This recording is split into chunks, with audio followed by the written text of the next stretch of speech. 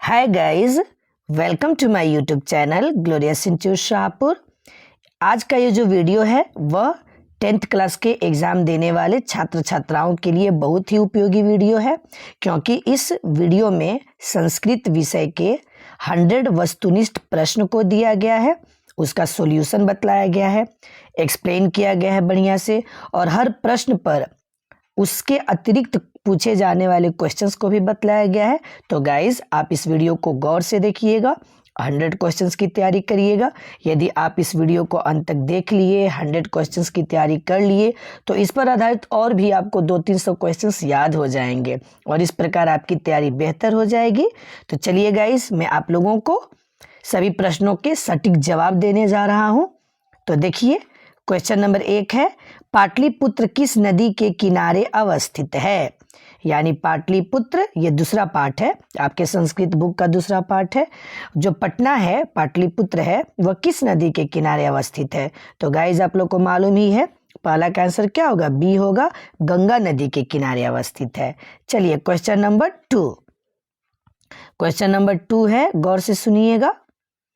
विद्यापति कौन थे? चलिए बताइए गाइस, विद्यापति कौन थे? तो मैथिली कवि थे। इसका सही आंसर होगा मैथिली कवि। इसका उलट कर भी पूछता है कभी कभी एग्जाम में कि निम्नलिखित में से मैथिली कवि कौन थे, तो इसका जवाब होगा विद्यापति। ओके, फिर इस पर एक और सवाल आधारित है कि विद्यापति द्वारा रचित पाठ का नाम क्या है? तो अलस कथा।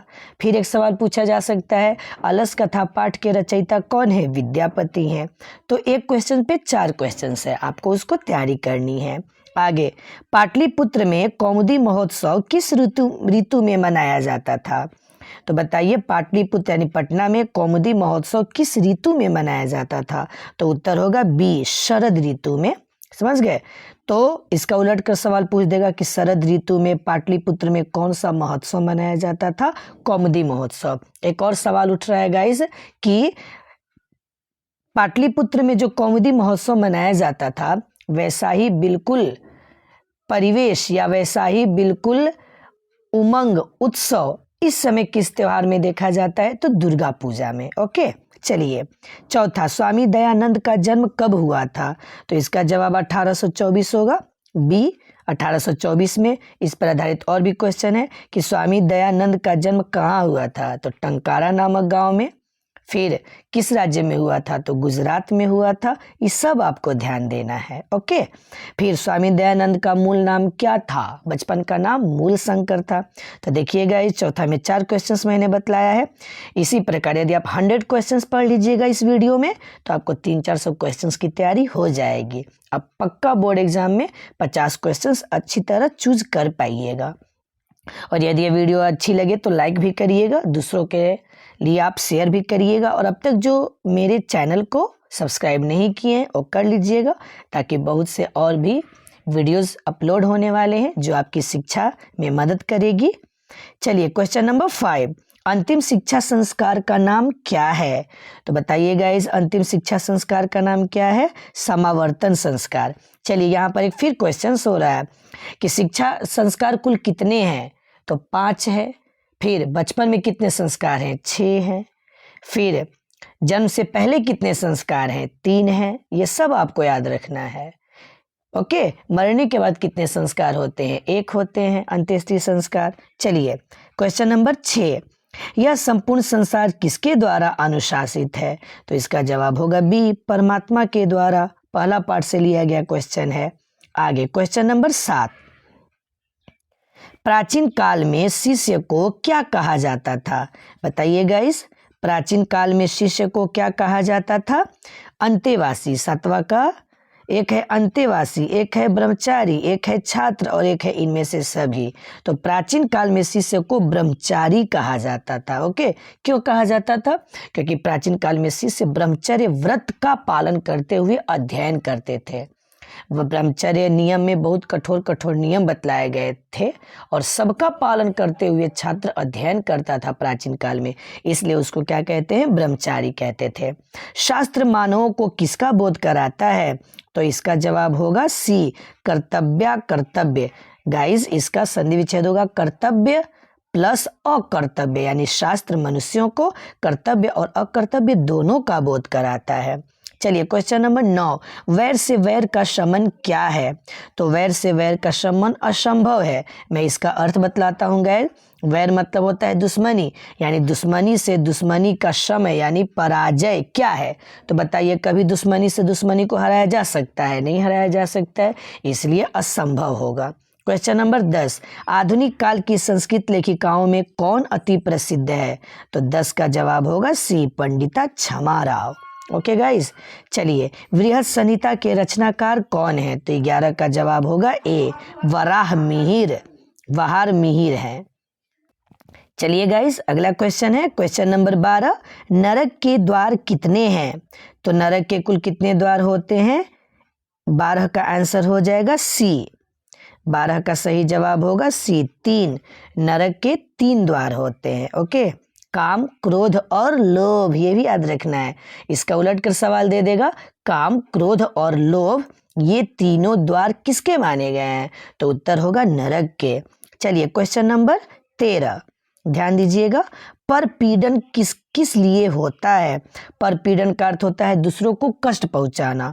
तो परपीड़न किस लिए होता है? नाश के लिए होता है। यदि आप दूसरों को कष्ट पहुंचाइएगा तो आपका भी नाश होना संभव है। 14, मीमांसा दर्शन के रचनाकार कौन है? तो मीमांसा दर्शन के रचनाकार कौन है? जैमिनी। 14 का आंसर होगा ए। ओके, पाणिनि तो व्याकरण के रचयिता है, पराशर के द्वारा कृषि विज्ञान लिखा गया था। ओके, चलिए अगला, राजशेखर की रचना कौन सी है? 15 नंबर क्वेश्चन। तो राजशेखर ने कौन सी रचना की है? काव्य मीमांसा। आप कुटनिमताख दे सकता है एग्जाम में। कुटनिमताख जो है वो दामोदर गुप्त के द्वारा लिखा गया है। समझ गए गाइज? यहाँ 2 सवाल है, राजशेखर ने काव्य मीमांसा और दामोदर गुप्त ने कुटनिमताख। चलिए क्वेश्चन नंबर 16, शत्रुता को कौन बढ़ाता है? तो बताइए, शत्रुता को कौन बढ़ाता है? स्वार्थ। जब व्यक्ति स्वार्थ में अंधा हो जाता है तो दुश्मनी बढ़ेगी ही।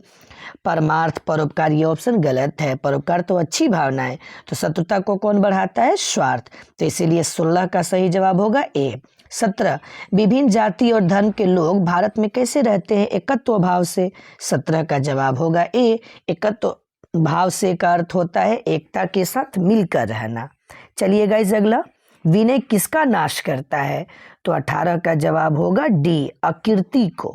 18 का सही जवाब होगा डी, अकीर्ति मतलब अपयश होता है, विनय अपयश का नाश करता है। चलिए गाइस, अगला सवाल क्वेश्चन नंबर 19, गौर से सुनिएगा। 19 क्वेश्चन नंबर बतला। चलिए गाइस, क्वेश्चन नंबर 19 है, बतलाया जा रहा है आप लोगों को, व्याघ्रपथी कथा पाठ के रचयिता कौन है? तो व्याघ्रपथी कथा पाठ के रचयिता कौन है? नारायण पंडित। सही जवाब होगा 19 का बी, नारायण पंडित। चलिए अगला क्वेश्चन देखिएगा, गोदान किस संस्कार का मुख्य कर्म है? गोदान का अर्थ होता है गाय का दान करना। तो गोदान किस संस्कार का मुख्य कर्म है? इसका उत्तर होगा केशांत। पहले जब बच्चे का केशांत होता था, केशांत कैसा संस्कार है? आप लोग ध्यान दीजिएगा, केश का जब अंत होता था तो उस समय खुशी से लोग गायों का दान करते थे। तो वहीं से ये सवाल है, गोदान किस संस्कार का मुख्य कर्म है? केशांत संस्कार का। ओके, चलिए, छात्रों का तप क्या है? यानी छात्रों के लिए तपस्या क्या है? उनका अध्ययन। 21 का ए होगा, यानी छात्र यदि बढ़िया से अध्ययन कर रहे हैं तो मानिए कि वे तपस्या ही कर रहे हैं, जिसका फल उनको अवश्य मिलेगा। क्वेश्चन नंबर 22, सरस्वती का कुल गृह कौन सा महानगर था? पाटलिपुत्र।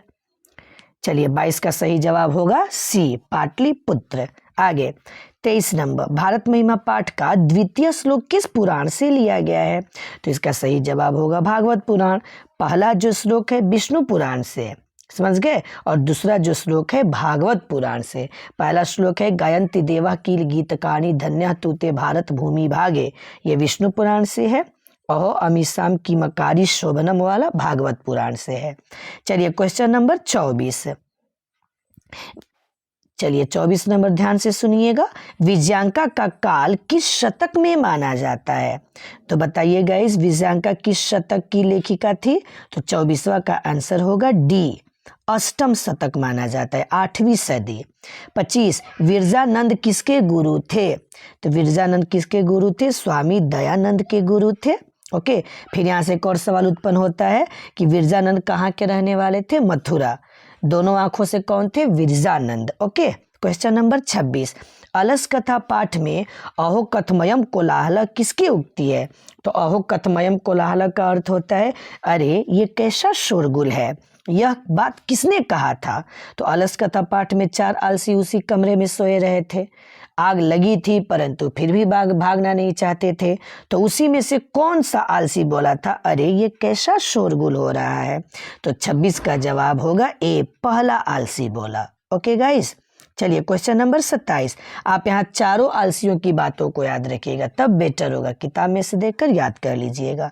27, वनवास प्रसंग में राम सीता और लक्ष्मण के साथ कहाँ पहुँचते हैं? तो बताइए, वनवास प्रसंग में राम सीता और लक्ष्मण के साथ कहाँ पहुँचते हैं? तो उत्तर होगा चित्रकूट। चित्रकूट पर्वत है, वहीं पर कौन सी नदी निकलती है? वहीं से मंदाकिनी नदी। ऋष्यादि प्रणीत शास्त्र को क्या कहा जाता है?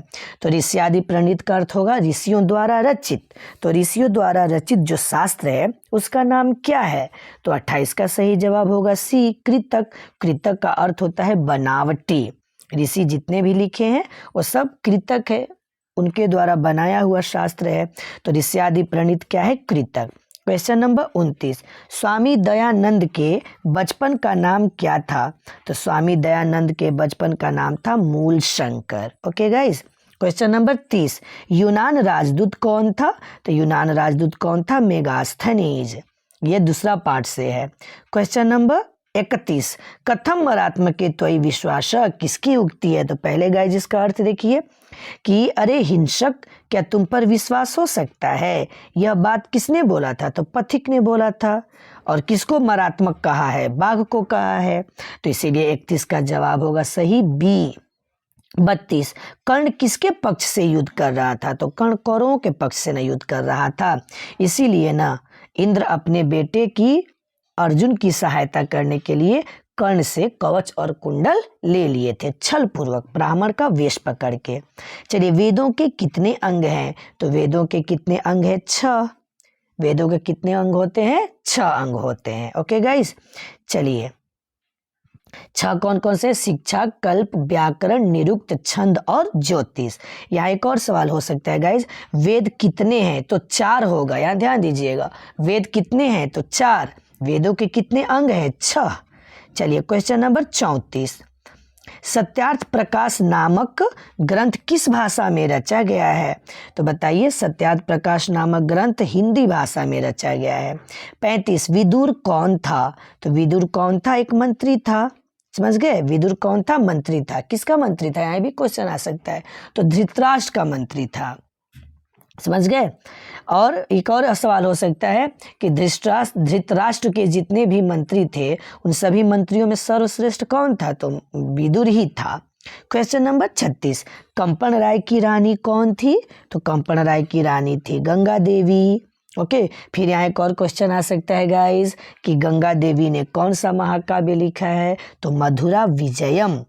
चलिए 37, संस्कार प्रायः कितने प्रकार के होते हैं गाइस? तो इसका 5 होगा। यहाँ स्टूडेंट्स गलती कर देता है। कैसे?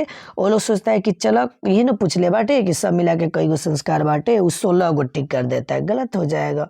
संस्कार कितने प्रकार के हैं? 5। और कुल कितने संस्कार हैं? तब 16 होगा। यहाँ प्रकार पूछ रहा है, इसीलिए सही जवाब डी होगा। 38, किसके बिना ज्ञान बोझ के समान होता है? तो किसके बिना? क्रिया के बिना। यदि हमारे पास ज्ञान है और उस ज्ञान का हम सही क्रिया में इस्तेमाल नहीं करेंगे तो हमारा ज्ञान हमारे लिए बोझ है। 39, याज्ञवल्क्य ने आत्म तत्व की शिक्षा किसको दी थी? तो किसको दी थी गाइज? मैत्रेयी को। याज्ञवल्क्य ने आत्म तत्व की शिक्षा किसको दी थी? मैत्रेयी को। तो 39 का सही जवाब होगा सी। चलिए 40 नंबर, वार्ता शास्त्रकारा किस प्रकार का पाठ है? यानी आपके पाठ का जो 14वां पाठ था वो शास्त्रकारा था।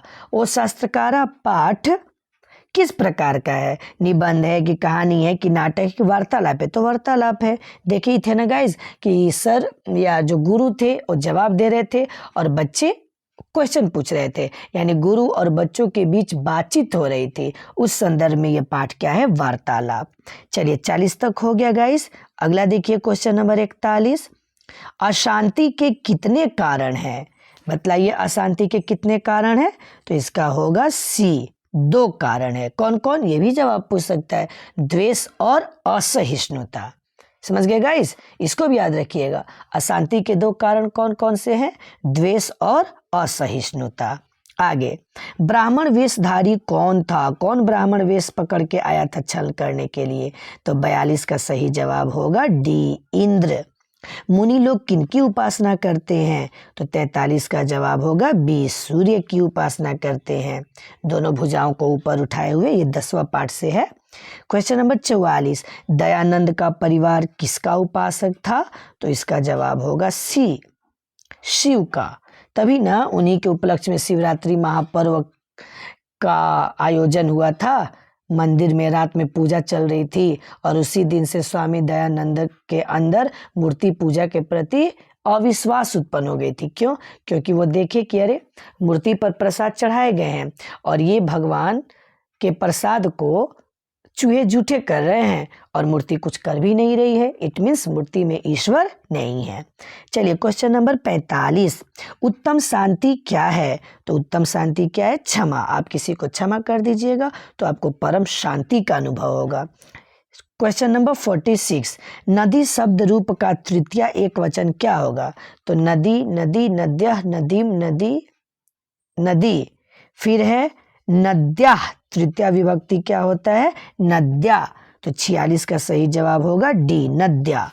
क्वेश्चन नंबर 47, पराभव पद में कौन सा उपसर्ग है? तो इसका जवाब होगा सी, परा उपसर्ग है। ओके, चलिए 48 नंबर, और जोड़ ई के मेल से कौन सा नया शब्द बनता है? तो इसका सही जवाब होगा ए। गाइस ये गुण संधि का उदाहरण है, ऐसे भी सवाल पूछ सकता है। अ या आ के बाद हर्ष या दीर्घई रहे तो दोनों के मेल से ए, अ या आ के बाद हर्ष या दीर्घऊ रहे तो दोनों के मेल से ओ बनता है। ओके, गुण संधि का उदाहरण है। 49, मात्राज्ञा का संधि विच्छेद क्या होगा? तो इसका होगा सी, मातृजोड़ आज्ञा। गाइस ये सब मैंने पढ़ाया है, संस्कृत में मैंने पढ़ाया है। फिर मैंने कहा भी था कि संस्कृत हिंदी दोनों में सेम नियम चलता है, कोई अंतर नहीं, नियम का कोई अंतर नहीं है। ओके, आगे, जंतों नीतों में कौन सी संधि है? तो 50 का सही जवाब होगा सी, विसर्ग संधि है। क्यों? क्योंकि जंतों निहितों का संधि विच्छेद होता है जंतों जोड़ निहितों। आगे, पटु जोड़ तल से कौन सा शब्द बनेगा? तो उत्तर हो जाएगा ए, पटुता। 51 का उत्तर होगा ए। 52, भवनियम में कौन सा प्रत्यय है? तो 52 का सही जवाब होगा बी, भवनियम में कौन सा प्रत्यय है? अनियर प्रत्यय है। 53, मूर्खा में कौन सा स्त्री प्रत्यय? तो मूर्खा में टाप प्रत्यय, मूर्ख जोड़ टाप बराबर क्या बनता है? मूर्खा। तो 53 का सही जवाब है सी। 54,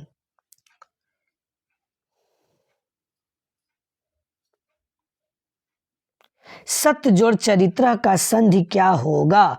तो सत्य जोड़ चरित्र का क्या होता है? सच्चरित्र। क्या होता है इसका? सच्चरित्र। तो सत्य जोड़ चरित्र का संधि विच्छेद क्या होगा? तो मैं इसका जवाब दे रहा हूं, डी होगा, सच्चरित्र। ये किस संधि का उदाहरण है गाइस? ये भी आ सकता है, व्यंजन संधि का उदाहरण है।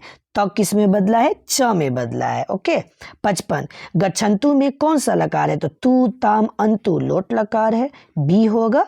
चलिए 56 नंबर क्वेश्चन, सत्यस्या पिहितम में किन किन वर्णों की संधि हुई है? तो पहले इसका संधि विच्छेद करिए गाइस, तब पता चलेगा। तो सत्यस्य जोड़ अपिहितम, तो सत्यस्य य में अ आ रहा है, अपिहितम में अ है, तो अ के में से क्या बनता है? आ। तो देखिए य में आ लिखा है, सत्यस्य किया है, तो अ का तो 56 का सही जवाब होगा ए, 56 का ए। 57, शब्दों अपि का संधि विच्छेद क्या होगा? तो शब्दः जोड़ अपि, 57 का सही जवाब होगा सी। ये विसर्ग संधि का उदाहरण है, यहाँ विसर्ग हटकर ओ हुआ है। 58, आश्रित्य में कौन सा प्रत्यय है? तो आश्रित्य में कौन सा प्रत्यय है? डी, 58 का सही जवाब होगा डी 59। महानगरम में कौन सा समास है? तो इसका सही जवाब होगा कर्मधारय। क्यों? क्योंकि कर्मधारय का काम है संज्ञा सर्वनाम की विशेषता बतलाना। विशेषण विशेष्य उपमा उपमेय को कर्मधारय बोला जाता है। तो नगर कैसा है? महान है, तो विशेषता बतला रहा है, इसीलिए कौन सा समास है? कर्मधारय। 60 च जोड़ अस्ति का संधि करे चास्ती होगा और अ के में से आ बना है बी होगा। 60 का भी सही जवाब क्या होगा? बी होगा। ओके, चलिए 60 के बाद अगला देखा जाए। 61 ग्रामो अयम किस संधि का उदाहरण है? तो पूर्वरूप संधि का उदाहरण है। यदि देता है एक और ऑप्शन विसर्ग संधि तो भी सही हो जाता। विसर्ग तो ऑप्शन नहीं है, इसलिए पूर्वरूप किसका उदाहरण है? पूर्वरूप का उदाहरण कौन है? ग्रामो अयम। ये जो एस जैसा चिन्ह है ना गाइज, उसको आधा अ पढ़ा जाता है। ओके, ग्रामो अयम अर्ध अ है। चलिए क्वेश्चन नंबर 62 पुरुष परीक्षा किस समास का उदाहरण है? चलिए बताइए, पुरुष परीक्षा किस समास का उदाहरण है? इसका सही जवाब होगा सी तत्पुरुष। क्या? पुरुष की परीक्षा, इसका विग्रह करेंगे तो पुरुषस्य परीक्षा। एक और बात बतलाना चाहता हूँ गाइस कि बोर्ड एग्जाम में अधिकांश व्याकरण के सवाल किताब से ही रहते हैं, खासकर 3 संधि विच्छेद, संधि प्रत्यय और एक होता है संधि समास और प्रत्यय। ये तीनों क्वेश्चन अधिकांश किताब में से रहते हैं। यदि किताब का आप व्याकरण तैयारी कर लेते हैं तो भी आपका एक भी छूटेगा नहीं। 63 अलस जोड़ स्याय से कौन सा शब्द बनेगा? तो अलस जोड़ स्याय से कौन सा शब्द बनेगा? आलस्यम। 63 का सही जवाब है ए। 64 तत्रैव किस स्वर संधि का उदाहरण है? तो 64 का सही जवाब होगा सी वृद्धि संधि। में बतला रहा हूँ गैस, इसमें 2 गो आता है, एगो ऐ आता है और एगो आता है औ, यानी ऐ औ ये दोनों किस में आते हैं? वृद्धि संधि में। एक इसका ट्रिक भी याद करने का, ऐ औ वृद्धि बखानिए, समझ गए? तो चलिए तत्रैव किस स्वर संधि का उदाहरण है? वृद्धि संधि का। अगला नायिका में कौन सा स्त्री प्रत्यय है? तो 65 का सही जवाब होगा डी। 65 का डी, नायक जो टाप बराबर नायिका। 66 खालिस्तान पिता आपणम गत रिक्त स्थान में कौन सा शब्द होगा? यानी रोते हुए बालक को छोड़कर पिता बाजार चले गए। तो ये भी पढ़ाई हुई है कि यदि किसी को अनादर करके कोई दूसरा काम किया जाता है तो उसमें षष्ठी विभक्ति का प्रयोग किया जाता है, सप्तमी का भी प्रयोग हो सकता है। तो इसका सही जवाब क्या होगा? 66 का रुदती बाल के सप्तमी विभक्ति का प्रयोग हुआ है। ओके, अगला अ जोड़ उ के मेल से कौन सा नया वर्ण बनेगा? तो देखिए गाइस, जब भी आपको नहीं आएगा आप इस पर एक उदाहरण सेट करिए, आपको आ जाएगा। जैसे अ जोड़ क्या है? उ जोड़ अ, उ जोड़ अ। 67 क्या है? उ जोड़ अ। तो क्या होता है? व जैसे सु जोड़ आगतम स्वागतम, उ आ मिलकर वाह हुआ, वैसे ही उ आ मिलकर क्या होता है? व। तो 67 का सही जवाब होगा बी। 68 नंबर है द्रक्षति किस धातु का रूप है? तो 68 का सही जवाब होगा सी लिरिट लकार। गाइस एक यहाँ पर और सवाल उत्पन्न हो रहा है, द्रक्षति का मूल धातु क्या है? तो दृश्य होगा। तो दृश्य पश्य पे चलता है, पश्यति पश्यत पश्यन्ति पश्यतु पश्यताम पश्यन्तु, अपश्यत अपश्यताम अपश्यन, पश्येत पश्यताम पश्येयु। लेकिन इसका लिट लकार पश्य पे नहीं चलता है, द्रक्षति से चलता है। द्रक्षति द्रक्षता द्रक्ष्यन्ति, तो इसीलिए द्रक्षति किस लकार का रूप है? लिट का। 69 नेता का स्त्रीलिंग रूप क्या होगा? तो नेत्री होता है, नेताइन मत मारिएगा। 70 किस शब्द में, किस समास में सभी पद प्रधान होते हैं? तो 70 का सही जवाब होगा ए द्वंद्व समास में दोनों पदों की प्रधानता होती है। ओके, इसका एक सूत्र भी है, 4 थे द्वंद्व, उभय पद प्रधानो द्वंद्व। आगे क्वेश्चन नंबर 71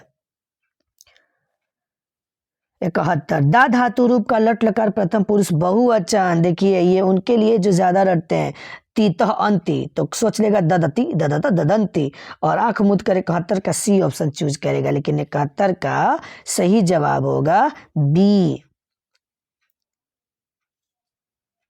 समझ गए ना। ददंती, ऐसे सब में ती त अंति होता है, लेकिन ददंती गलत ऑप्शन है, ददती होता है। मैं इसको पढ़ रहा हूँ कैसे, ये बहुवचन है, इसका एक वचन होता है ददाती, ददाती, दतः, ददती। ददाती एक वचन है, ददती बहुवचन है, और ददंती तो होता ही नहीं है, ये संस्कृत व्याकरण का कोई शब्द ही नहीं है। क्वेश्चन नंबर 72, जही में कौन सा लकार है? तो जही में कौन सा लकार है? लोट लकार। गाइस यहाँ पर एक और सवाल पूछ सकता है कि जही में कौन सा मूल धातु है? तो हन धातु रूप। हन का अर्थ क्या होता है? मारना होता है। तो आपको हर तरह से रेडी रहना है। ओके, चलिए क्वेश्चन नंबर 73, पश्यंती में मूल धातु क्या है? तो पश्यंती में मूल धातु क्या है? दृश्य, सी होगा, पश्य नहीं होगा। कोई कोई ट्रिक मिलाता है, उन लोग के लिए गौर से देखिएगा। पश्यंती में मूल धातु क्या है? दृश्य। स्थास्यंती में कौन सा लकार है? चलिए 74 का सही जवाब होगा सी, लिट लकार है। देखिए गाइस, स्यंती लगा हुआ है, स्यंती रहता है तो लिट में भी होता है। अब स्यंती में कभी मूर्धन्य स, कभी दंती स होता है, तो इसका भी रूल मैंने पढ़ाते वक्त बतलाया है, ट्यूशन में बतलाया है, उधर से आपको देख लेना है। चलिए 75 नंबर, स्थास्यंती में कौन सा लकार है? बताइए इसका। 74 का सही उत्तर होगा सी, लिट लकार है। ओके, 75।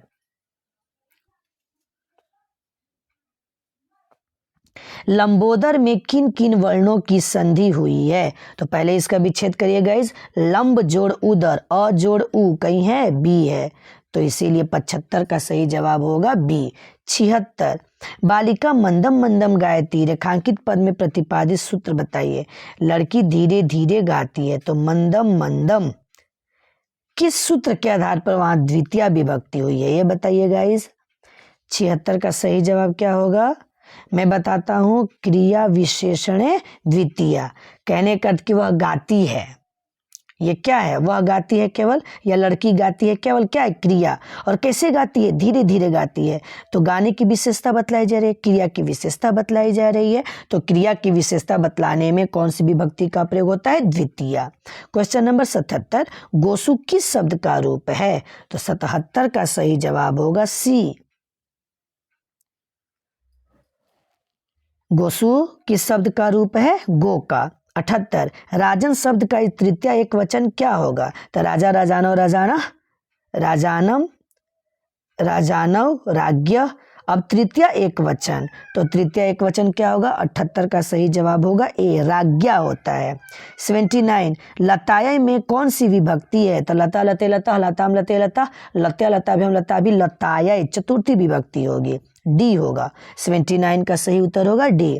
80, परिता के योग में कौन सी विभक्ति होती है? द्वितीय विभक्ति। तो मान लीजिएगा यहाँ परिता है, यहाँ और भी दे सकता है, आपको 4 याद रखना है, अभिता, परिता, सर्वतः, निक्सा, योगे, द्वितीय। यानी परिता की जगह एग्जाम में अभिता दे देगा, सर्वतः दे देगा, निक्सा दे देगा, तो कुछ भी दे, आपका सही जवाब होगा द्वितीय विभक्ति। 80 का सही जवाब है बी। 81, अनृता में कौन सा लकार है? नए। अनृतम में कौन सा समास है? नए समास, क्योंकि अनृतम निगेटिव सेंस लाता है, इसीलिए इसका सही जवाब होगा नए। 81 का सही उत्तर होगा सी। चलिए 82 नंबर, क्री धातु रूप का लोट लकार मध्यम पुरुष एक वचन बताइए। तो चलिए क्री लोट लकार, तो करोतु, कुरुताम, कुर्वन्तु, कुरु। मध्यम पुरुष एक वचन क्या होता है? कुरु। लेकिन देखिएगा, ए भी कुरु है, बी भी कुरु है, लिखावट में अंतर है, उच्चारण तो सेम है। तो ए में जो कुरु है वो दीर्घऊ है, बी में जो कुरु र में है वो ह्रस्वऊ है। अब आपको बताना है सही उत्तर क्या है। तो 82 का सही उत्तर होगा बी, कुरु में ह्रस्वऊ होता है, दीर्घऊ नहीं होता है। तो 82 का एक गलत है, बी ऑप्शन सही है। 83, प्रत्येक में कौन सा उपसर्ग है? तो पहले इसका संधि विच्छेद करिए, तब पता चलेगा। प्रत्येक का संधि विच्छेद होता है प्रति जोड़ एक, इसीलिए प्रत्येक में कौन सा है उपसर्ग? प्रति, सी होगा। 83 का सही जवाब सी। 84 नंबर, स्वागतम में कौन सा उपसर्ग है? तो स्वागतम का संधि विच्छेद होता है सु जोड़ आगतम, तो सु में तो 2 गो है, सी भी है, डी भी है, तो आप लोग को इसका ह्रस्व उ चूज करना है। तो स्वागतम में क्या होगा? सी, सु है, सु जोड़ आगतम। चलिए गाइज 85 नंबर है, हिमालयात गंगा प्रभवती किस सूत्र का उदाहरण है? मोस्ट इंपॉर्टेंट, हिमालय से गंगा निकलती है, यह जो वाक्य है किस सूत्र का उदाहरण है? तो 85 का सही जवाब होगा सी, भूव प्रभव। इसका व्याख्या मैंने लिखवाया है ट्यूशन पढ़ाते समय कि भूव प्रभव का लिखवाए थे कि जहाँ से कोई चीज़ उत्पन्न होती है उसमें पंचमी विभक्ति का प्रयोग होता है। तो हिमालय कहाँ से निकल रही है? गंगा से। ओके, स्रोत का बोध कराने में पंचमी। 86, स्त्री प्रत्यय कुल कितने हैं गाइज? 8 हैं। चलिए मैं आपको 8 का नाम भी बतला दे रहा हूँ, गौर से सुनिएगा। ओके, 86 का डी होगा। एक है चाप, टाप, डाप, इंगिप, इंगिस, इंगिन, उंग, ती। समझ गए ना? चाप, टाप, डाप, इंगिस, इंगिप, इंगिन, फिर 6 हुआ, 7वां है ती और 8वां है उंग प्रत्यय, पंगु में उंग है। चलिए 87, कविसु कालिदास श्रेष्ठ, रेखांकित पद में कौन सा सूत्र प्रतिपादित है? कवियों में कालिदास श्रेष्ठ है, यहाँ कविसु में सप्तमी है, ये किस सूत्र के आधार पर है? तो 87 का सही जवाब होगा ए, यतश्च निर्धारणम। समझ गए? इसका व्याख्या में क्या लिखवाया था कि यदि किसी व्यक्तियों या वस्तुओं के समूह में से किसी एक व्यक्ति या वस्तु की श्रेष्ठता बतलाई जाती है, उसमें सप्तमी विभक्ति होती है, सप्तमी के अलावा उसमें षष्ठी विभक्ति का भी प्रयोग किया जा सकता है। 88 नंबर, गच्छन्तम में कौन सा प्रत्यय है? तो 88 का जवाब होगा बी, क्षत्रि प्रत्यय है। 89, अति जोड़ उक्ति के मेल से कौन सा शब्द बनेगा? तो अत्युक्ति बनेगा। तो 89 का सही जवाब होगा सी। इंद्राणी में कौन सा प्रत्यय है? तो 90 का सही जवाब होगा डी, इंगिस प्रत्यय है। ओके गाइस, इंगिस है इंद्राणी में। इंगि तकारांत, नकारांत, सकारांत उसमें होता है, इंद्राणी का इंगिस ही होगा। चलिए 91, खालिस्तान नमः। तो चलिए एक सूत्र है, नमः स्वस्ति स्वाहा स्वधा अलम वसठ योगे चतुर्थी, यानी नमः के अर्थ में, स्वस्ति के अर्थ में, स्वाहा के अर्थ में, स्वधा के अर्थ में, अलम के अर्थ में, वसठ के अर्थ में चतुर्थी विभक्ति का प्रयोग किया जाता है। तो गणेश होगा कि गणेशम होगा कि गणेशाय होगा? तो सी होगा, गणेशाय। गणेश का चतुर्थी एक वचन गणेशाय होता है। बालक पे चलाकर देख सकते हैं, बालका बालको बालका, बालकम बालको बालकान, बालकेन बालकाभ्यम बालकः बालकाय, वैसे ही क्या हो जाएगा? गणेशाय। क्वेश्चन नंबर 92, त्रिभुवन में कौन सा समास है? तो बताइए, त्रिभुवन गिनती सूचक शब्द है ना, त्रि क्या है? गिनती सूचक शब्द है, और गिनती सूचक शब्द होता है तो उसमें द्विगु समास होता है। तो त्रिभुवन में कौन सा समास है? 92 का आंसर लिख लीजिए ए, 92 का होगा ए। चलिए 93, पीतम अमरम यस्य सह का समस्त पद क्या होगा? तो 93 का सही जवाब होगा ए, पीताम्बरम।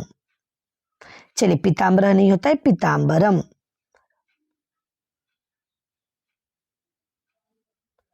अगला क्वेश्चन नंबर 94, प्रतिदिनम का विग्रह क्या होगा?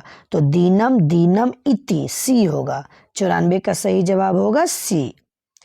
95, अव्ययी भाव समास का सही उदाहरण चुनिए। इसमें से अव्ययी भाव समास कौन है? तो यथाशक्ति, यथा अव्यय है, ठीक है। दशानन, 10 गिनती सूचक हो गया तो द्विगु हो गया, तो यथा सही, यथाशक्ति सही है। दशानन गलत है क्योंकि वह द्विगु है। राजपुत्र भी गलत है क्योंकि वह तत्पुरुष समास है, राजा का पुत्र, और पितृ द्वंद्व समास है, इसीलिए सही क्या होगा? यथाशक्ति। आगे, नयनम का संधि विच्छेद करे, 96 नंबर।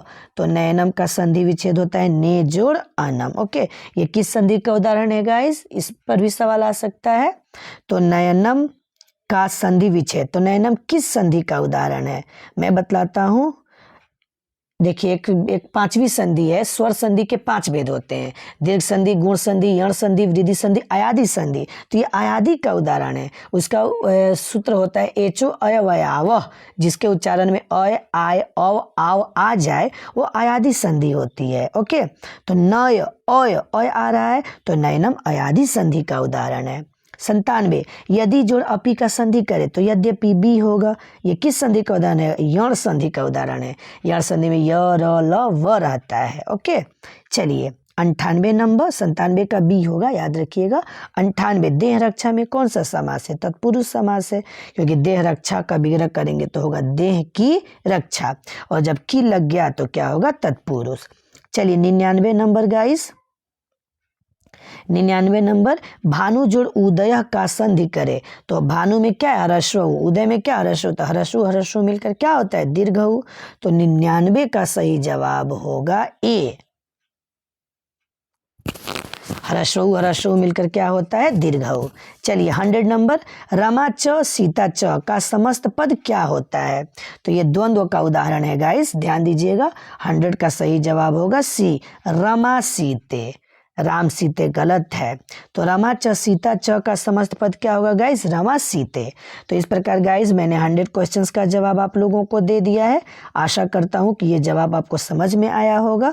इसके बाद ध्यान दीजिए, गैर वस्तुनिष्ठ प्रश्न है। पहला का अ है, अ के बाद उसका अथवा है। तो आप जब एग्जाम दीजिएगा तो पहला का अ और अथवा दोनों में से कोई एक बनाना है। फिर इधर आइएगा तो ब है, ब में भी अथवा है, तो या तो ब बनाइए नहीं तो ब का अथवा, दोनों में से कोई एक। ये 6 नंबर का होता है और ये 7 नंबर का होता है। 6 और 7 13 नंबर का परीक्षा में आता है ये। चलिए अगला है, इसके बाद दूसरा नंबर, निम्नलिखित प्रश्नों में से किसी 2 प्रश्नों के उत्तर दे। गाइस 4 क्वेश्चंस रहेंगे, उसमें से किसी 2 का जवाब देना है, यानी संस्कृत में पत्र लिखना है। ओके, चलिए। तो पहला है, तबीयत खराब होने के कारण 2 दिनों की छुट्टी के लिए प्रधानाध्यापक को आवेदन पत्र लिखना है। दूसरा, अपने जन्मदिन पर अपने मित्र को आमंत्रित करते हुए पत्र लिखना है। अपने मित्र के विवाह में सम्मिलित होने हेतु 2 दिनों की छुट्टी के लिए प्रधानाध्यापक को आवेदन पत्र, और ग्रीष्मावकाश में शैक्षणिक यात्रा व्यय हेतु 500 रुपये भेजने के लिए पिताजी को पत्र लिखना है। तो ये 4 है, आपको चारों में से 2 पर जवाब देना है। दोनों 4 नंबर का है, 8 नंबर का आता है। तीसरा, निम्नलिखित विषयों में से किसी एक विषय पे 7 वाक्यों में संस्कृत में अनुच्छेद लिखिए। तो इसमें 5 विषय है, अस्माकं देश, गोह, संस्कृत शिक्षाया महत्वम, दीपावली, पाटलिपुत्र वैभवम। तो ये 5 है, 5 में से किसी एक पर लिखना है। तो गाइस पाटलिपुत्र वैभवम आपके पाठ में भी है, दूसरा पार्ट संस्कृत का है, उधर से भी याद करिएगा तो काम चल जाएगा। ओके, चलिए कोई भी आप याद कर लीजिएगा। और 5 चौथा, निम्नलिखित में किन्हीं 6 वाक्यों का संस्कृत में अनुवाद करें। 12 है, 12 में से 6 का आपको अनुवाद करना है संस्कृत में, सब पढ़ाया गया, उधर से देख लीजिएगा। और निम्नलिखित में से किन्हीं 8 प्रश्नों के उत्तर दे। तो ये कितने हैं, 16। कितने हैं सवाल, 16। और 16 में से आपको केवल और केवल कितना जवाब देना है, 8। और हर एक आंसर कितना नंबर का रहेगा, 2 नंबर का। तो 8 दूनी 16। तो गाइज यही पैटर्न है। इस पैटर्न से यदि आप लोग तैयारी करिएगा इस लेवल पर, तो आपकी परीक्षा की तैयारी सुपर रहेगी। आप परीक्षा में बहुत ही सुंदर नंबर लेकर आइएगा। ओके गाइज, तो चलिए गाइज, थैंक्स फॉर वॉचिंग। हमेशा बने रहिए मेरी वीडियो के साथ। मेरे चैनल को सब्सक्राइब करवाइएगा अन्य लोगों से भी, जिसका नाम है ग्लोरियस इंस्टीट्यूट शाहपुर। इसके बाद भी मैं वीडियो अपलोड करूंगा। तब तक के लिए bye, see you next time, take care.